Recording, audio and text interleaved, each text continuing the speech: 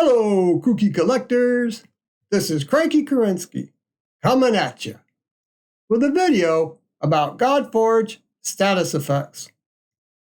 Status effects are a temporary modification of a hero's attributes, abilities, and/or conditions. Godforge groups them into three categories: buffs, debuffs, and disables. This is taken from the Fateless summary sheet of the Godforge status effects and shows the three categories.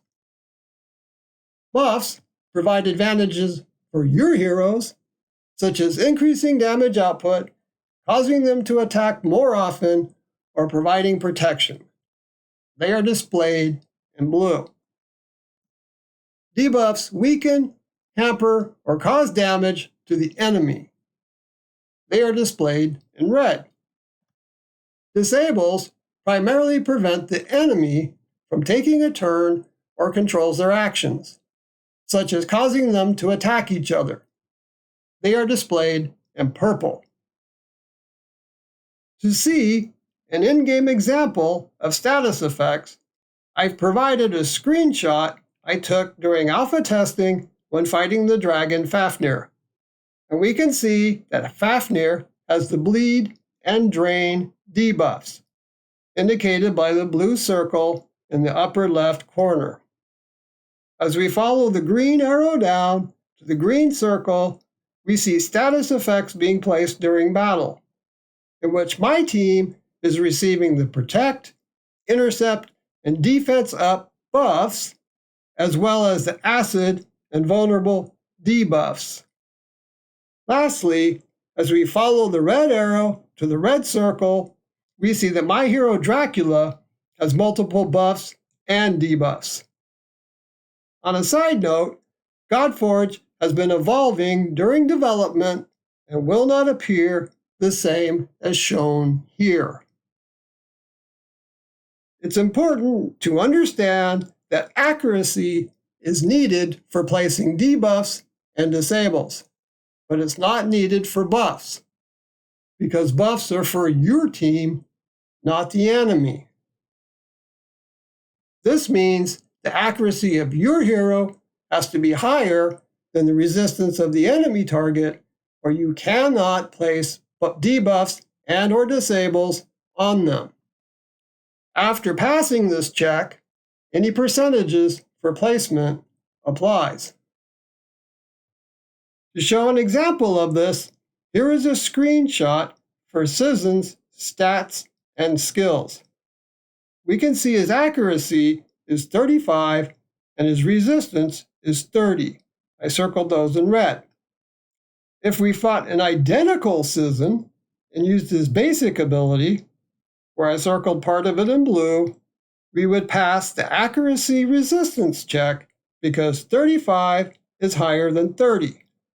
And then we would have a 40% chance to place acid on the enemy Citizen. Now, Godforge has no random chance to fail or succeed when placing debuffs and/or disables. There are some games out there that do this. Godforge does not. So it's always a 100% failure or success rate. Now, there are some accuracy exemptions, which means accuracy isn't needed to place debuffs and/or disables. And the first one is when the condition cannot be resisted applies. An example of this is on Quetzalcoatl's basic ability. If he strong hits, he has to pass the accuracy resistance check to place the Petrify disable. But if Quetz is at or above Awakening 3, things change. And I circled how it changes in red.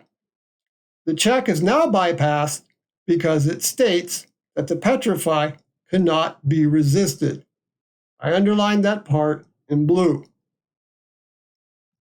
Another accuracy exemption is when we have debuffs and/or disables that result from completing an armor set requirement. For example, getting 2 pieces say 4 pieces or 6 pieces that we're using. Here we see the information for the Tremor armor set, which I obtained from my Pantheon, which is Godforge speak for clan. And I'm in the Camp Half-Blood, or CHB Pantheon, with a bunch of quality people building a good community. And if you're interested in joining us, I have a link for our Discord down below in the description.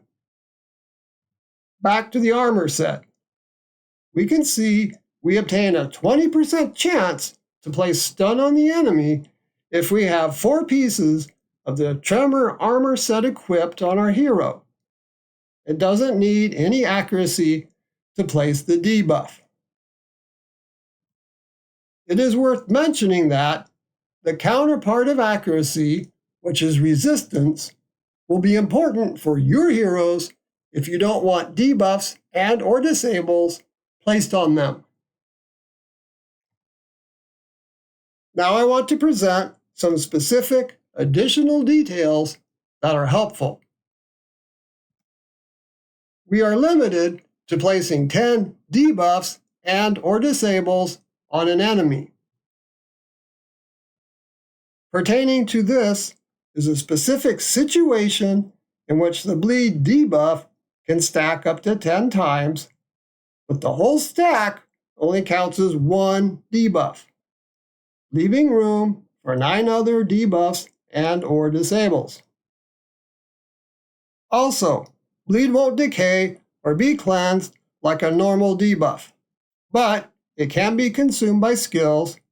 Dracula does it on his ultimate, or bleed can be reduced by 1 stack for each mend placed on it.